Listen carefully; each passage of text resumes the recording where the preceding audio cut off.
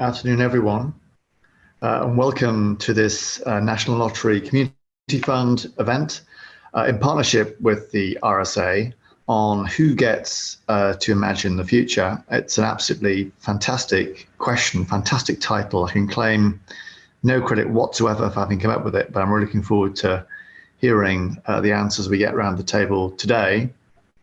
I'm speaking today in my capacity as CEO of the RSA rather than as head of the UK government's Levelling Up Task Force, although I started both roles yesterday, so this is currently day 2. We have some fantastic speakers lined up today. I'm sure going to provide some great answers to that great question I've just posed. Now, what I thought I'd do is, as the kind of warm-up man really, to tee them up, is just say one or two very quick words about why we might wish to imagine the future in the first place. My general timeless answer to this question is because imagination is in some ways the base ingredient of all human progress, always has been, always will be. Human progress has taken place on the neurological superhighway precisely because of humans' capacity to both imagine a different future and, crucially, their ability to then set about making that imagined future real. That has been the wellspring of all human progress. And no other animal on the planet has that capacity, and that's why every other planet other than every other animal other than humans has progressed at biological speed rather than at neurological speed in the slow lane, at a snail's pace, if you like. My more particular and sort of more time-specific answer to this question is that much of modern decision-making, in fact, isn't framed by futurism. It isn't shaped by great acts of imagining. To the contrary, much of it is blighted by short-termism in the way that decisions are made. Short-termism in decision-making by us as individuals, by corporates, by financial markets, by governments too sometimes. Short-termism that can be contagious, and certainly short-termism that can be counterproductive when it comes to tackling pretty much each and every one of the signature challenges facing societies today, each of which requires a long-term response, a reformulation of the framework for thinking, from the climate crisis right through to the widening inequalities that societies face, whether financial or ethnic or spatial or generational. Each of those problems has its roots in what Mark Carney called a few years ago a tragedy of the horizons, a failure to raise our sights to the horizons. The solutions to these problems won't be found, can't be found, using the framework for thinking that caused those problems to arise in the first place. It's going to require a new framework, a new set of solutions, and therefore it will require something of a leap of imagination. Now, that leap of imagination might come from the singular activities of brilliant individuals, and we'll hear from several of those brilliant individuals as speakers today. More likely, though, it's going to come from harnessing the powers of our collective intelligence and experience and insight, what elsewhere I've called folk wisdom, something that when I was at the Bank of England, I made concerted attempts to nurture and to harvest to improve our decision-making there when it came to understanding the economy, for example, through setting up citizens panels and community forums of various types. But I think that architecture, that general approach, as others have spoken about very eloquently, is one that can be applied to a whole range of societal issues. And today's speakers, today's event, are, I think, so refreshing and timely and important, precisely because it comes to the question of how those same techniques and approaches can be used to tackle today's signature challenge. Personally, I can't wait to hear what the speakers have to say. And the good news is we don't have to wait to hear what they have to say, because I will now wrap up and pass the floor back to Joe to continue. Joe. Great, thank you, Andy, and welcome to the RSA. Hello, everyone. I'm Joanna Schuker. I'm Director of Design and Innovation here at the RSA, and it's my great pleasure to welcome you all to today's event, produced in collaboration with the National Lottery Community Fund and their Emerging Futures Fund. The fund was created in response to a recognition that COVID-19 has changed the way that we live and we work, and that we need to invest in the imagination of communities to amplify their voices and stories towards new ideas, questions, and visions for the future. As Andy mentioned already, we know that it's often hard to look further ahead into the long-term future and to do that without being swayed by our own biases.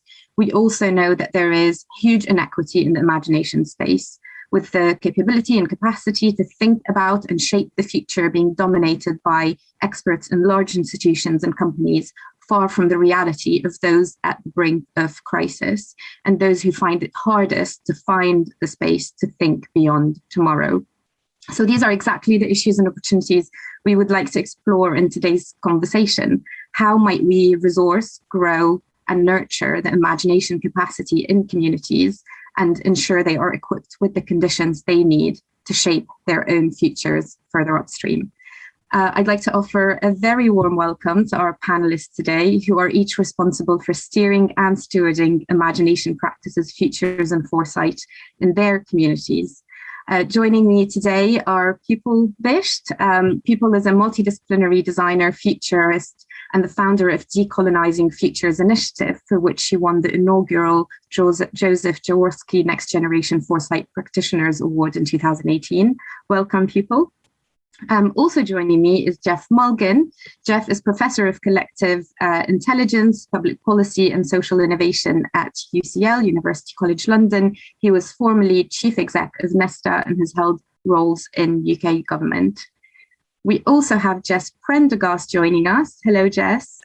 Jess is one of the founding directors of Onion Collective CIC, with a background working in social research and economics in think tanks and consultancies. She works with community enterprise leaders to explore what a more connected form of economics could look like. We're also delighted to have Inua Ellims with us to bring us to a close later today with a performance of his new poem titled Visceral, Necessary and Essential, which is responding to the themes of today's discussion. Inua is an award-winning poet, playwright and performer, graphic artist and designer. Welcome, Inua, and thank you for agreeing to take on this commission.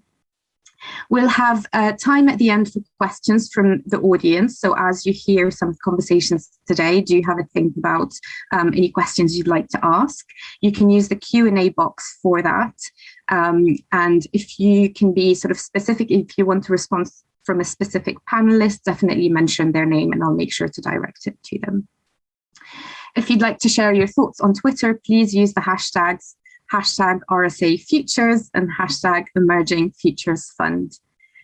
But before we hear from our panelists, we're going to kick off with a short video featuring some of the projects funded by the Emerging Futures Fund. So sit back and enjoy the short video.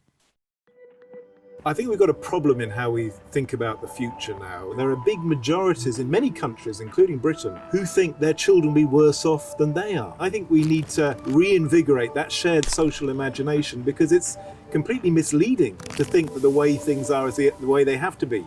We have the power to shape the world around us and leave something better for our children and grandchildren.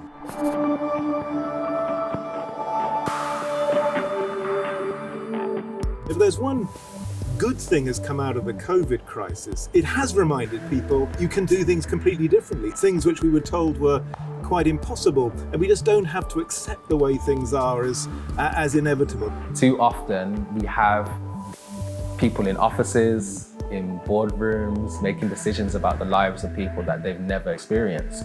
It's really important to get the everyday person making decisions, or at least part of the conversation to how we want to shape things going forward. We need diversity in imagination, and therefore I keep coming back to this idea of collective imagining. We've started working in imagination just this year, really. It's been completely enlightening, actually, really powerful. Always you find new insights, new creativity, and because what comes out of these exercises has had so many more brains, more ideas coming together, is much richer, much more compelling than anything which just comes from one person or one source. It's something that has to be nurtured over a period of time.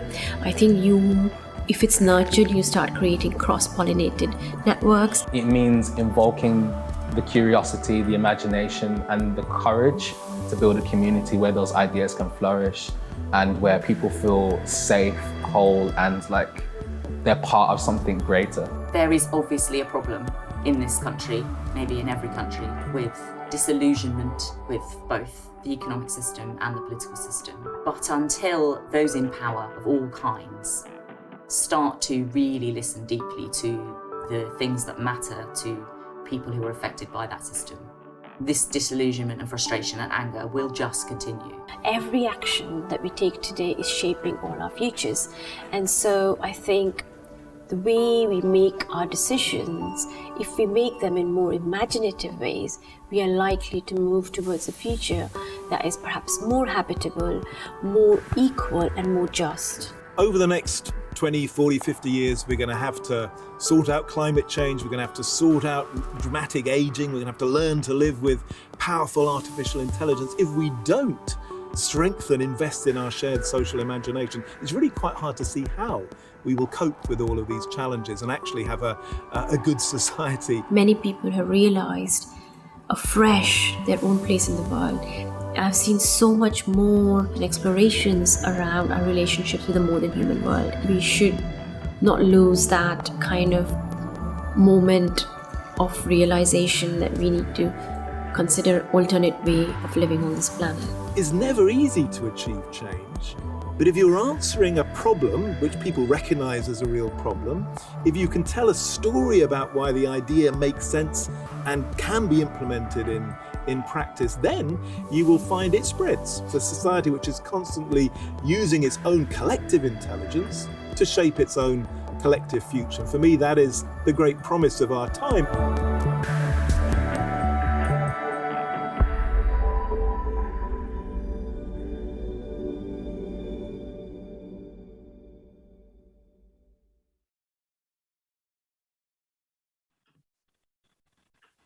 I hope you all enjoyed that. It was really great to hear snippets of some of your work and thoughts, Jess and Jeff.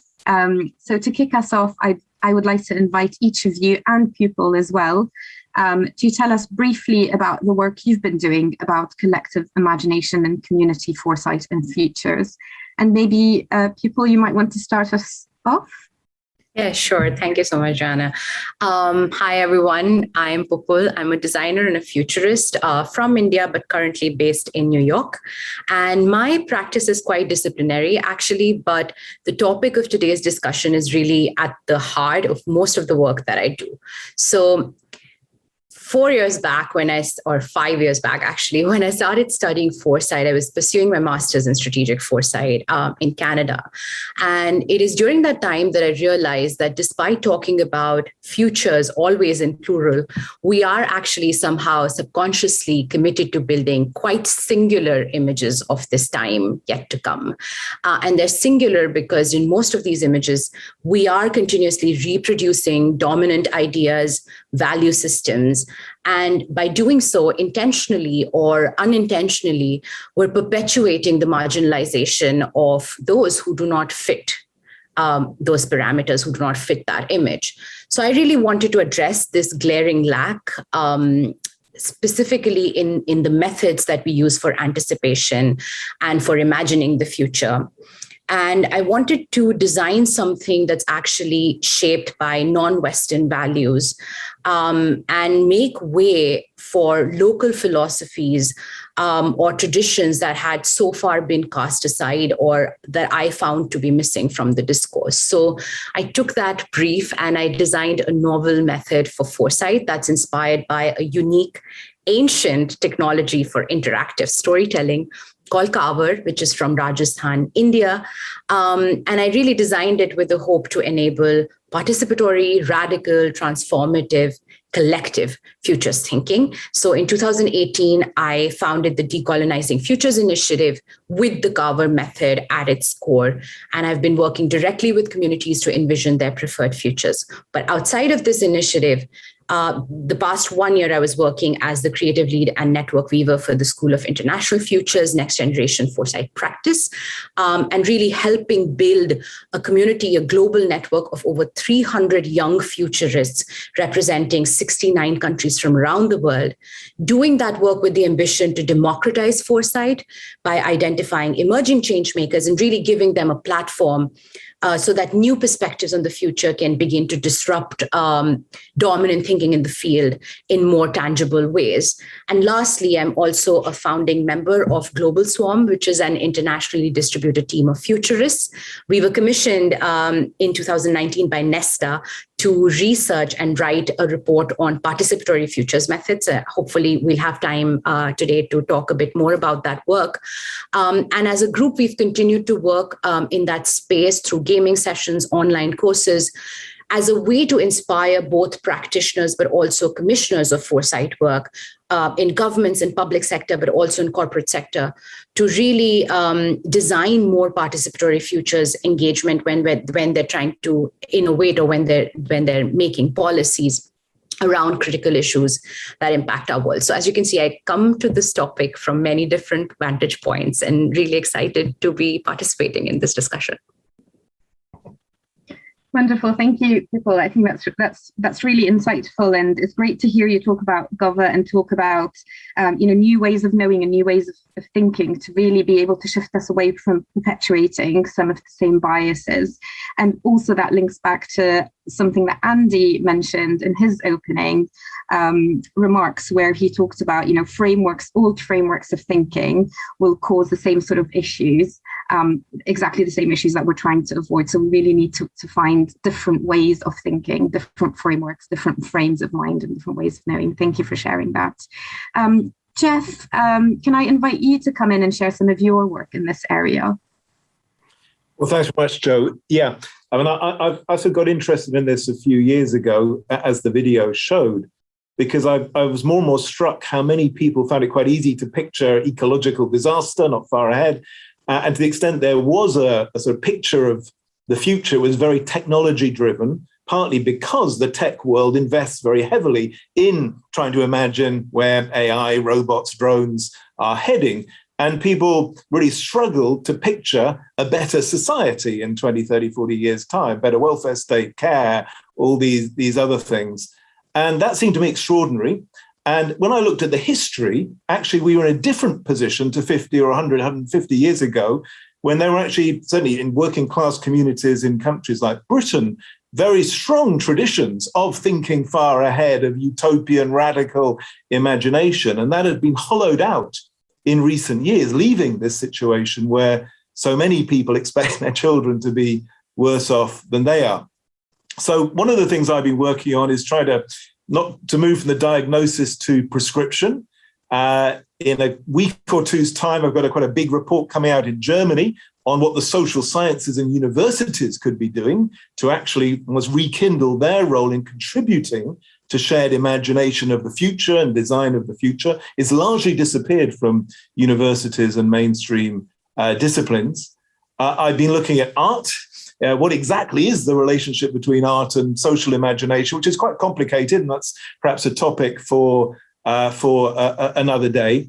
And at the methods like the EFF and the other methods we can take from fiction or design or collective imagination exercises, which can help us picture really our options. Let's say for elder care, what is a plausible picture of care for the elderly in 40 or 50 years' time, when many, you may be going into a care home. At the moment, there's no place you can see that. There aren't exhibitions, there aren't galleries, there aren't sort of great national or city debates on that at all.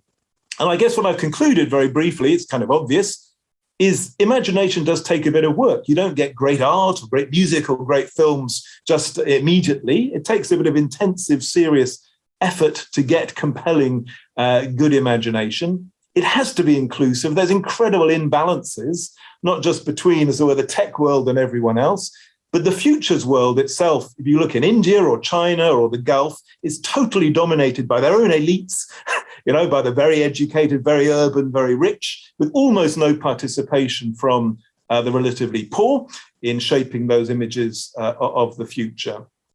And it's got to be in some ways attuned to complexity, to the systems we live in, which means not having perfect blueprints of the future, but allowing emergence and experiment and trying things out on our way ahead.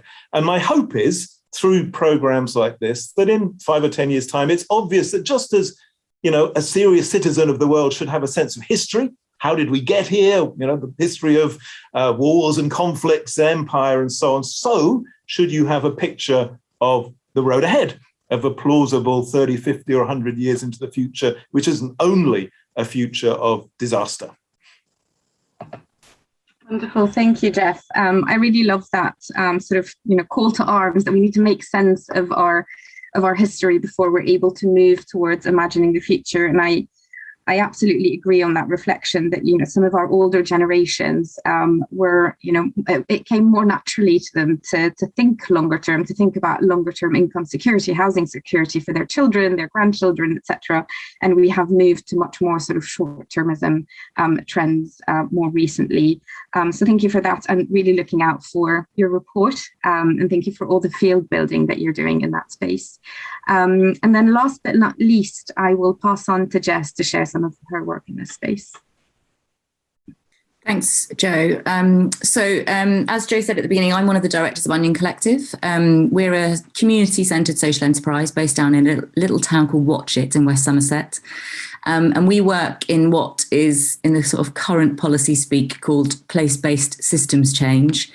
Really what we do is try and make things happen that bring about positive shifts. And we do that locally, but with implications for a much wider and deeper impact, and as part of a much wider movement that seeks to reimagine how the economy works or should work.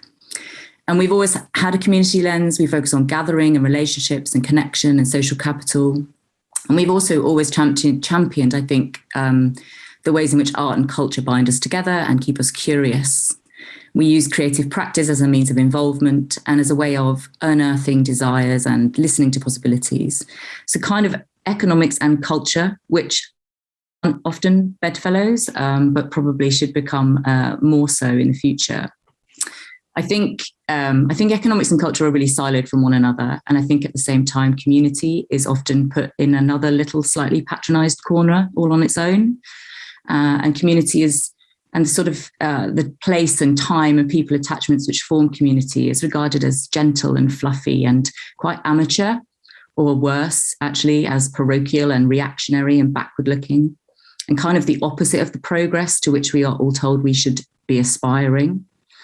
But our work over more than a decade now has shown us over and over again that the very best, most inventive, relevant, often bravest ideas come from communities. Though the value of those voices is often overlooked, and the disenfranchised and those most negatively affected by the kind of prevailing system remain that way, have very little access or voice. And our work is about changing that. So as part of that effort during lockdown, and with the support of the Emerging Futures Fund, we worked with a brilliant group of practitioners called Moral Imaginations. And we undertook quite intensely for a week, and then subsequently more gently over several months, a game-changing journey really of helping people in our community to imagine what the next economy might look like, and understanding the imperatives to which they wanted it to respond. And then from that thinking, helping people to generate creative work, so prose and poetry and art and writings, all about economics of all things. And I I honestly think it was the most powerful engagement process that I've ever been part of. And I really live and breathe this stuff. We expected it to be hard. And we thought that when we asked people to come to do a week's worth of Zoom workshops on economics, they would run a mile, but they didn't. And we literally couldn't shut them up. And they produced some of the most heart-wrenchingly beautiful, sometimes quite crushing, but also really hopeful work about how things could and need to change. And those in turn have really deeply influenced our own writings and our own thinking about the way the next economy might be run for the better, and how the values that matter in communities can be integral to that change. Those contributions will all be published alongside our own work, hopefully in 2022. And I'll talk more about what we learned later, but hopefully that gives you a flavour of what we've been up to. Thanks, Jo. Great, thank you, Jess. And I know that some of the work that you're doing is really sort of the exception of some of the most cutting edge ways of really putting the community at the heart of collective imagination. So I would absolutely encourage everyone to check out the Onion Collective and some of the work that Jess mentioned. Brilliant. Well, thank you all for sharing the brilliant, emergent and much needed work you're doing in this area. I'm going to warm us up with a few questions and then we'll open up to the audience. So if you're in the audience and you have any questions for the panel, do pop them in the Q&A and we'll select some of these to share with our panelists. So to kick off, obviously, we recognise that there's a number of emerging priorities. If we look at the sort of the socio-political economic landscape, on one hand, we can see investment around the levelling up agenda and community power, civil society futures. And then on the other hand, we've been through over a year of crisis response and communities have been proactively at the front line in relation to that. So there's sort of these sort of longer term ambitions and levers from a political perspective, but then the sort of the short term response that we have seen increasingly from communities at the front line having to deal with that day to day. Within that context, why do you think this work is needed? What do you think is standing in the way of resourcing it? Perhaps maybe Jeff or Jess, you might want to come in and share some of your thoughts on that. You know, why is this work needed and what's standing in the way of it happening more? I mean, Andy said why it's needed. If you don't have any ideas for the future, you know, you're not going to be able to innovate. You're not going to be able to respond to new problems like global pandemics or regulating artificial intelligence algorithms or really working out how you move every home in the country to heat pumps, let's say, to take a few very practical examples. And I think it's a real problem that we don't have a menu of options out there.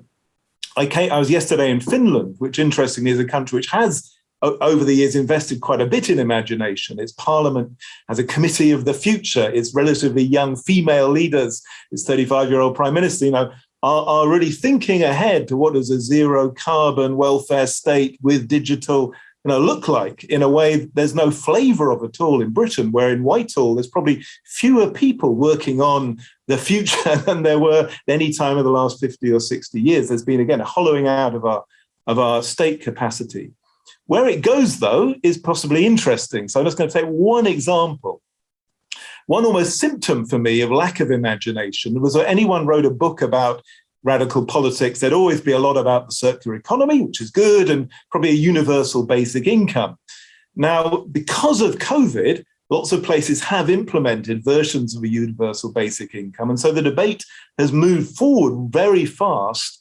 And there's now discussion in Scotland and Wales, at least, even if not so much in England, not about classic UBI, which slightly falls apart when you look at it, but about variants, where you might have it for a certain number of years, or you might give it to care leavers, or you might use it in certain situations. Now, that's exactly the kind of emergent, imaginative experimentation we need, but hadn't had for many decades on our welfare state, which was sort of grinding into the sand in a way. So, but that does then require investment of time and energy and creativity to work out which of those variants actually is desirable and plausible. Great, thank you, Jeff. And I think it connects back to something that people you shared earlier around, you know, futures are in the plural. There's multiple futures, and it's about having these conversations about what these diverse future realities could look like, and what different communities want these realities to be, and how we invest in that. Jess, did you want to share any thoughts on that? Why is this important now, and what's standing in the way of supporting collective community imagination? Yeah. Thanks, Jo. I mean, I totally agree with Jeff on why it's needed, but I think there are probably a couple of things worth saying at the outset if we're going to talk about the context of levelling up and community power and what it feels like in these places. Firstly, I think coming from a place that's apparently left behind, in inverted commas, I really can't stand the term levelling up, with apologies to Andy and his new role. Of course, it reflects this sort of genuine concern about inequality and belonging, but the need for levelling up feels quite pejorative, as does being called the left behind. And both phrases, I think, have echoes of what is now quite an outdated vertical conceptualization of countries as third world or developed or underdeveloped. And this kind of effect of highlighting what we lack and celebrating what others have gained as progress, and often ignoring or totally downplaying the negative consequences of that progress and some of the problems that we're now facing.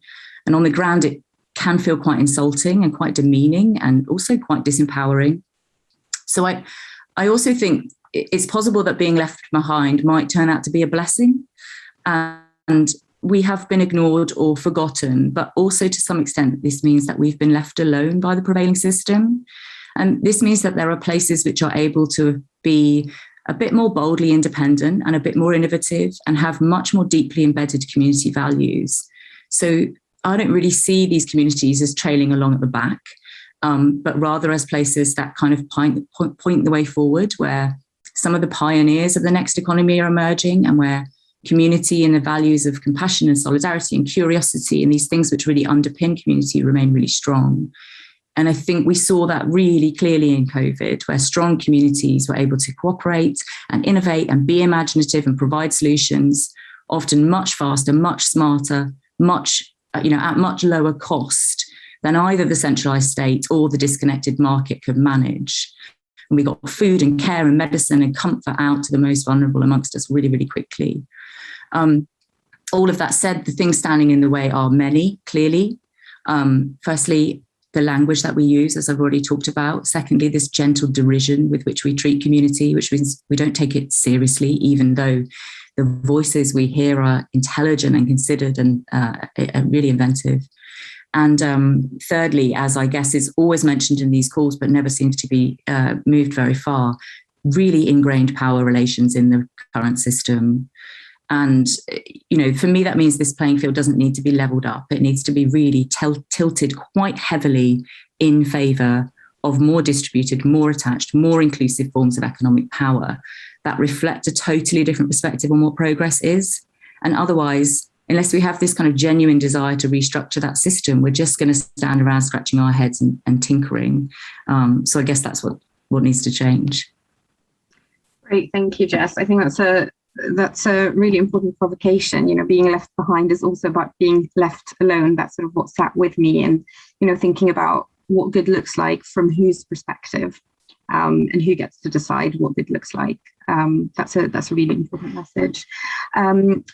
My next question is specifically about, the practice itself, the practice of collective imagination. We recognize that this is an emergent area of work and mission. So to make things as concrete as possible for our audience here today, can you share maybe a practical example or method of how collective imagination and strategic foresight could be developed as a practice in communities, as something that they can come together to do often, as a built-in capability that they can draw on as a shared power for shaping their futures? And I'm going to maybe invite people to come in and share more about that tonight, because I know you touched on participatory futures as some of the work that you've been leading on more recently.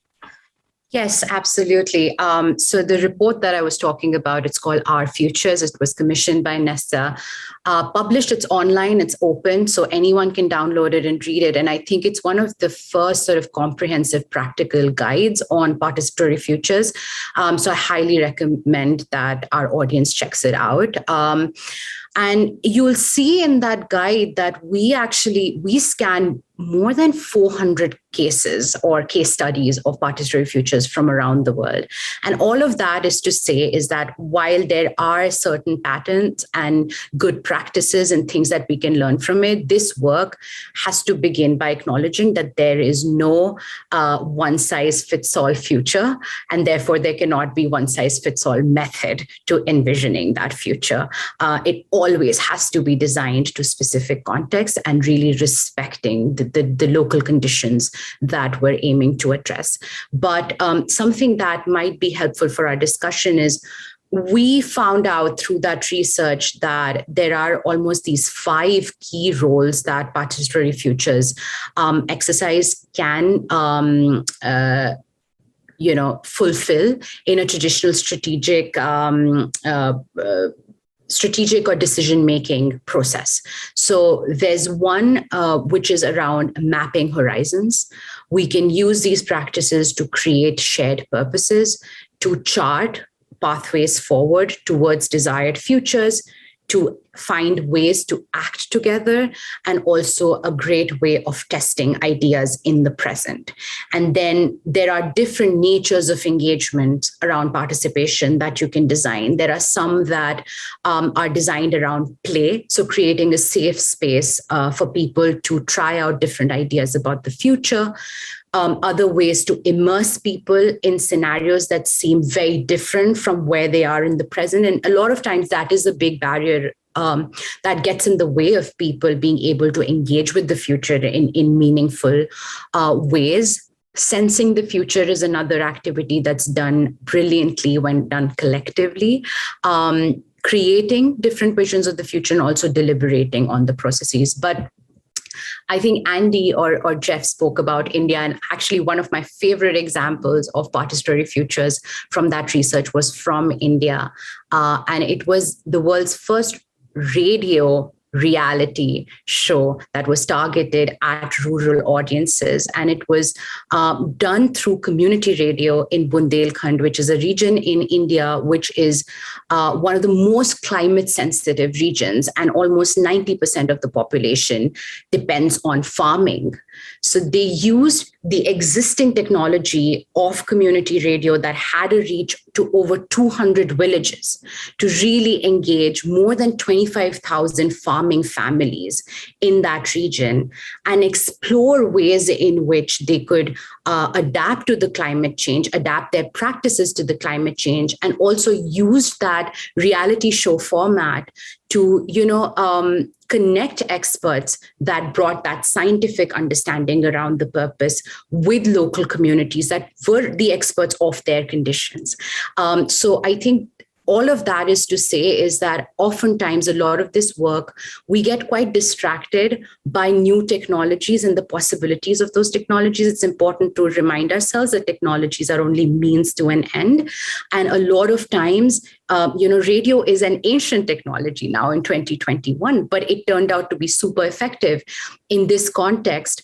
And so a lesson to learn from there is, for these kind of engagements to be successful, you have to design to meet people where they are instead of always putting the burden of participation on them and trying to invite them into, institutions that are steeped in power dynamics that are not conducive to what we're trying to achieve here.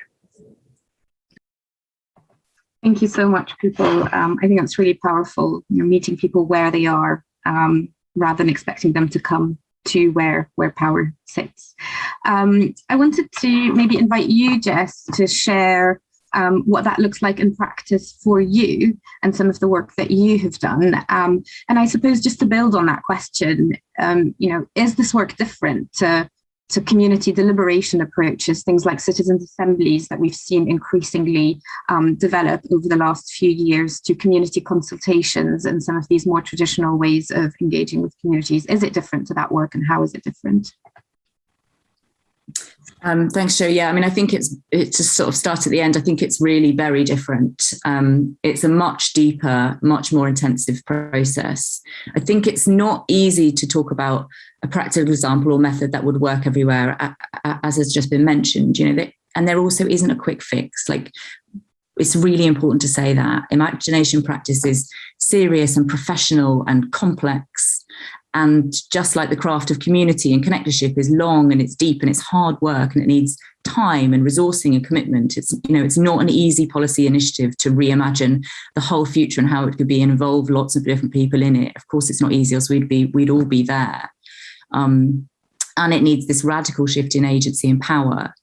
I think the process that we used with Moral Imaginations was really revelatory, but it was also hard. And hard for those people involved. So it was emotionally quite taxing, and it awakened fears as much as hopes. And it was quite spiritual. Again, not something very often associated with economic thinking.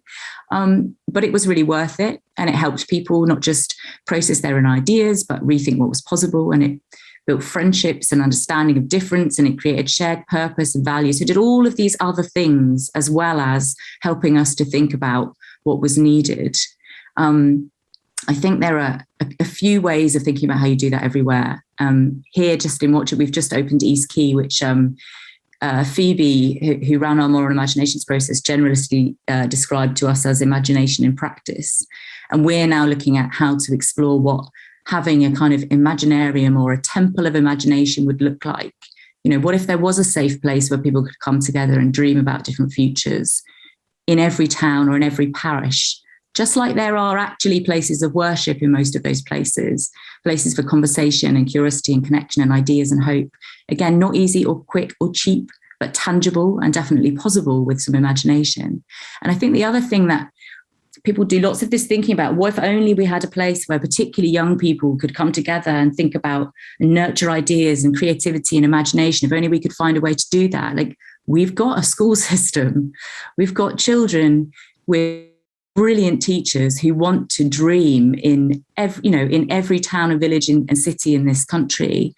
And we very easily move the curriculum to being about grammar and about maths and very strictly about certain things. And we could just as easily move it to being about imagination and creativity. So I think it's willpower. It's not that there isn't the capacity or the capability or the resourcing. There's just got to be a desire to shift it into the right place. Great, thank you, Jess. And I think that's a really important reminder that this is very deep personal work, and it's very emotive for people to be thinking about their futures. Their existence relies on it, the existence of their future generations. And it's great to connect it back to, you know, our learning infrastructure and how we learn and how we grow and develop to create capacity in ourselves and in others for imagination. I'm going to ask one more question, and then we'll open up the floor to the audience. Maybe, Jeff, from your perspective, what is one thing that cultural and or policy leaders could start doing differently tomorrow, either at local or national level, to create the right conditions for this work, to create the right conditions to build capability and capacity for communities to shape their futures? And if we did that, what might the world look like? Well, maybe I could just build on what Jess just said. I think we've now got about 3,000 museums in this country, wonderful repositories of the past of absolutely everything, probably from paper clips to armies. Why not have a few places which curate our emerging shared pictures of what could be in the future? We have some traditions of sort of doing that in architecture, and actually large-scale participation in future choices for physical developments in cities, but almost nothing for the invisible designs of our lives and our societies, which are often more important than the visible things.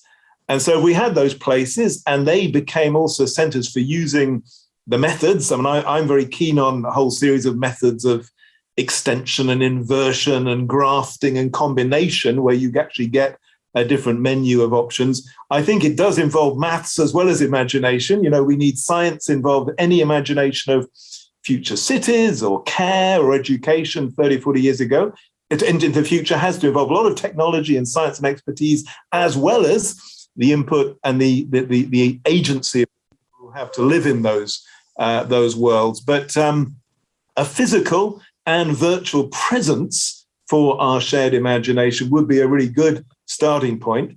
As I say, in my little town of Luton, which is raining very heavily right now, why couldn't we have nowhere at the moment where I can go and see what people are thinking about where, as I say, our elder care, our primary schools, our parks could be in half a century's time. We've got fantastic displays of 19th century hats, but nothing of 21st century possibilities.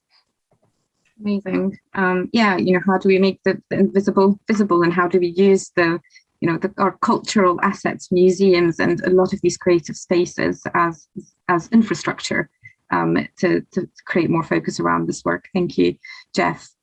Right, I'm going to take questions from the audience, and I'll kick us off with a question that's actually directed to all of you, so feel free to come in if you would like to answer that. What is needed in terms of policy and commissioning for this kind of work to take root and to grow? I can respond to that I think what is needed first and foremost is a mindset change. And it might seem small, but it's actually the first place where we get stuck. But if we're able to really accept that futures for all cannot be imagined and should not be imagined by a few, a huge impact can be created in this space. Unless we're able to accept that and embrace that philosophy, we're going to keep on running around in circles. And I'm itching to respond to what Jeff said about museums. I think it's important to also acknowledge, especially because most of the audience is from UK, is that museums actually are institutions that uphold some of the kind of outdated power dynamics that we don't need in the present and should not carry into the future, or be very cautious about that. What the world needs today is new narratives that have the power to break the spell of old ones that not only got us here, but are keeping us stuck. And those narratives, we don't just have to change what the story is, who it is about, but also who gets to imagine the story, but also who gets to tell it. So I think museums for the future are an incredible idea, but we really have to make sure that it's not, again, few people who are telling these stories and presenting these artifacts, right? How do we truly redistribute that power? And coming back to the policy-making space, I think traditionally governments have always seen their citizens as beneficiaries. And I really believe when we think of people or citizens like that, we really render them powerless, which is an illusion. People and communities in a democracy, in a healthy democracy, are very, very powerful. And therefore, governments need to start seeing them as strong partners with whom they're creating the future, co-creating the future in real time. Future is not an inevitable, predetermined destination that we're just trying to discover and reach. It's really a place that we're co-creating through the actions in the present. So that mindset shift is needed. And we also need to start seeing the future itself as a global common. Thank you so much, people. I think that mindset shift is absolutely key. Jeff or Jess, would you like to add any thoughts to that on what needs to change from a policy and commissioning perspective to root this work? Shall I come in? Yeah, I think. Thanks, Jeff. I think it sort of calls back a bit to what Andy was saying at the beginning about short-termism and long-termism, and the problems with policy and commissioning and funders often being stuck in quite short-term work, whereas this kind of work, which is really about reconceiving how we live in the world and different ways of being, is long-term. So we need an investment in that kind of connectorship process. We need an investment in imagination work. We need a kind of investment in the unknown and being totally comfortable with that. We need more investment in culture, of course, sort of all of which is just an investment in bravery within our communities, I guess. But that's hard for funders, hard for policymakers, very hard for politicians to do. And so we kind of need some bravery from them alongside expecting the bravery in the places which are most struggling with the system. And I think if we can get a bit more of that, and we can get some kind of really innovative funding and some innovative commissioning that doesn't just think about the short term, we'd start to really to really see some beautiful ideas coming forward and some really exciting ones. Great, thank you, Jess. Jeff, do you want to add to that? Well, it's such a big question. This is all the future. So it'd be surprising if there was one answer. And I think one has to break it down. I think there's a role for civil society, the sort of stuff Emerging Futures has been doing. There's a role for schools, has been said. This should be part of children's school experience at some point to do some future shaping. There's definitely a role for universities, which have vacated this role. In the past, they did much more in social imagination than they do now, and there's lots of reasons for that. Political parties, again, in some periods, have been real pioneers, sometimes for better, sometimes for worse. Governments, as I said, some like the Scandinavians, Singapore, actually invest a lot in this, in sort of futures work. And the media is the other player. You know, it is weird that there is no TV or film on the future which isn't basically dystopian. So, you know, let's challenge our writers, our creatives to actually picture plausible non-Black Mirror futures where we might actually want to live. They do a brilliant job at scaring us about the future. Why not help us a little bit to have the sense of agency that the others have been talking about? Great, thank you, Jeff. I think that's you've summarised that perfectly. You know, we do need a constellation of different institutions and different key stakeholder groups to play their part in this, from schools and universities, civil society, political parties, and the media. I'm going to take one more question from the audience, and there's a great one from Patrick. So Patrick asks, given that people can only imagine a future when their basic needs are met, how are sort of ordinary people in the UK, especially in deprived areas like the Northeast, how are they meant to find time, energy, and space to think creatively about the future? I think we've talked a lot about sort of capacity at different levels of the system, but I think that sounds like a really good point to unpack around the capacity within communities who are really at that at the pressures of the day-to-day at the front line. I can respond to this, but obviously my experience is more on the communities that I've worked with in India, in Africa, some parts of Canada as well. And I think I also went to field thinking this, and it was a myth that was busted for me through my practice. Actually, communities that have been historically marginalized, and every day is almost a fight for survival for them. If they did not have the imagination to imagine a better tomorrow for themselves, they would not be doing the kind of incredible work, and they would not be in possession of the kind of resilience that they have. So at least in the context of the communities that I've worked with, I have found that oftentimes a lot of my participants would say that, I was always met with the reaction of, oh, nobody's really asked us before what we want the future to be like. But that was more a case of process and lack of spaces rather than them not having anything to say or contribute to it. Because when you facilitate the right kind of processes and foster the right kind of space, safe spaces, the kind of imaginative stories and visions that come out of that, that's where real radical thinking is actually at. So I have been very pleasantly surprised in my own practice. Great, thank you, Vipul. And Jess, do you want to add to that? Yeah, I mean, I just really want to echo what's been said. I mean, in this country, you know, as I said, we're one of these places which is apparently left behind and, you know, at the very bottom of the heap, and we have the lowest social mobility in the whole country in West Somerset. And the people who got involved in this process weren't a kind of middle-class elite with some spare time when they weren't golfing. This was a really diverse group of people from within a community. And the ideas and the beliefs and the hopes and the things that they talked about were extraordinary and powerful.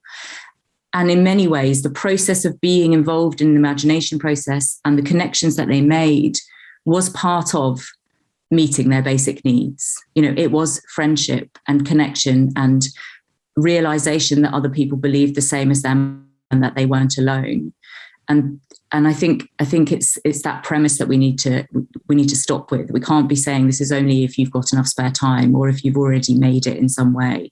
It's the other voices that we need and that have kind of more to say, if anything. So I'd just totally echo what's been said and think that applies just as well here. And can I just say that there was not long ago that actually a bunch of people from various tribal communities in India, Adivasis, were actually brought to Britain to inspire poor communities in Britain not to be so fatalistic and assume they couldn't shape their future. So, the patterns are much more interesting and complex. And as I said, 19th century working class communities right across the UK had rich traditions of thinking about the long-term future. And they were much poorer than we are today with our electricity and TV and so on. Absolutely. Thank you all so much. I think that's a unanimous message that, there is untapped energy, there is latent energy and potential within communities. We just need to find the right way to work with them to surface that. Thank you all so much. I know we can discuss this. It's a really rich conversation and we can discuss this for much longer, but this is all the time we have for questions. I'm now going to ask each of you to close with a provocation. So starting with Imagine If, what is one question or provocation that you want to leave the audience with? And maybe people, you might want to start first. Sure. Okay. I'm going to keep this very practical, things that people can do tomorrow. So really, imagine if the initial input into a foresight, futures thinking project or strategic planning project was not just a cold deck of trends or signals, but really the lived, embodied experiences of people who are going to themselves be stakeholders and ancestors of these futures. And more specifically, imagine if young people were no longer passive recipients of someone else's vision, but the proactive shapers of an inclusive and sustainable future on our planet. Thank you, people. Jeff, what would be your Imagine If provocation? I'd agree with all that just said. I like very simple Imagine Ifs. So, for example, and I think this has been moved forward by COVID, imagine if in your community or your country, mental health was taken as seriously as physical health, and we had a comparable infrastructure of roles and people and buildings and attention and so on. Just think about that 20 or 30 years into the future. That's a plausible what if at the family level, the town and the nation. Wonderful. Thank you, Jeff. And Jess, what would be your Imagine If? Thank you. I think hearing people describing their alternative futures is really like the first step in recognizing that better is possible. And when asked to imagine what that might be, most people describe really similar things.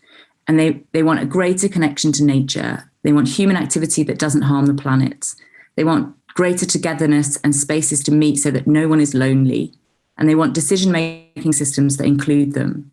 And over again, people yearn for and express some version of these four relatively simple things. So I think my Imagine If is just imagine if we actually listened to them. Wonderful. Thank you all for these, what I would describe as very paradigm shifting provocations. Thank you. Andy, I'd love to come back to you to ask you if you have any closing remarks, having sort of listened into this rich conversation. Well, just very briefly, Joe, just to thank everyone for offering up such incredibly rich and inspiring food for thought. Certainly for me, in all of my roles, I'm going to take away some big learnings from how to think about how to approach that. And I think building on a lot of what I heard, if I had a provocation, if I had an Imagine If, it would be imagine if imagination was actually something that we saw as being a self-standing discipline in its own right, one that perhaps became a fixture in each of our schools as part of the curriculum, something which was overtly and necessarily cross-disciplinary and its focus, melding the arts and humanities, the social sciences, and the natural sciences, that for me would be a huge shift, and something I think that today suggests is kind of well within our compass. Absolutely. Thank you, Andy. And thank you all so much for sharing your time with us today. It's my great pleasure now, as we close the event, to hand over to Inua Ellens to share his performance of Visceral, Necessary and Essential. So the audience, please do stick with us as Inua shares his poem, and then we'll close with some closing remarks and key links to some of the work that we've been talking about today. Over to you, Inua. It's been really fascinating listening to the conversations, and it's great to be here with such a distinguished panel. And I hope my poem contributes and echoes and buttresses some of the notions and ideas shared. Visceral, Necessary and Essential, after Lauren Whitehead. Working the 8 to 2 a.m. shift, staggering home in the thick dark under the teetering moon, tottering through ghosted high streets almost every day of the week, dragging her tattered backpack and cheap uniform streaked with poorly mixed cocktails, Lyndon was already on the edge. When Florian, frustrated at a night spent stomaching insults from colleagues who had sent him home to work long into the early hours, cursing all his skipped meals for the bone-thin sheen peeking through his skin, missed the front wheel of his bike striking Lyndon's bag, and the anger it flared in her boiled through to the following morning when the same bike glinted from the courtyard, full of small hills of cigarette stubs beside a smoking Tom. Another lit and him set to tip the hills, and the smoldering stub in his hand as stubborn as his heart, as his stupid pride for the youth it spent digging from coal mines, the black heart of this country that ignores his contribution, denies him the respect he believes is owed from everyone. Even Lyndon, who stands, arms akimbo, demanding he gather up his stubs. So startled is she by Tom's vicious response, she calls to Belle, who is head down and deep in her headphones, folded into the song and circling her lonely world. She doesn't hear how desperate Lyndon is. The silver fear line in the storm cloud of her voice is lost to Belle, who is sad and slipping down the elevator as Mrs. Adeyemi climbs the stairs up and onto the courtyard, parched as high noon to a gunfight, and Tom and Lyndon are good to shoot. But Mrs. Adeyemi, calm as an afterstorm, limbs still heavy from her illicit cleaning job, a dust-feathering woman, a filth-flushing one, makes deft work of sweeping Lyndon away from Tom's frothing jaws and into the four walls of her apartment, where Lyndon curses her for not minding her business, for minding it too much. It could be any block, in any town, in any city, anywhere in the world, oscillating between love and all-out war, chaos and order, connection and deepening fractures. But we'll focus on this one as the world blurs behind. Great tides pitch and roll in tumbling waves. Climates change, wages freeze, mass closures, walkouts, strikes, protests, scandals, births, death, marriages. They are already overworked by each day's white-knuckle drumming on all their soft hours. Lyndon's slowing limbs, Florian's furrowed forehead, Tom's stiff lip, Belle's nervous tick, and Mrs. Adeyemi's everything. And just when you wish for them a break in such onslaught, a calm in stiff storms, on comes a novel virus, vicious, ravenous, job losses, lockdown, and lumbering from this enforced limbo are the true and focused fears of what it is to come next. How to live and why, what matters and what doesn't, and how we survive. It is easy to assume the laws that will govern them, the sprawling policies, the belching bureaucratic beast of it will hang above as if an iron mammoth, an albatross, and it is best not to consult, best not to bother, best not to ask. But who is best poised to note the mammoth span of its iron wings? Who best knows what is covered and what isn't, where the true needs are, what hungers will be, Who is best to imagine the future than those who toiled soil? How could they not be visceral, necessary, essential? Thank you.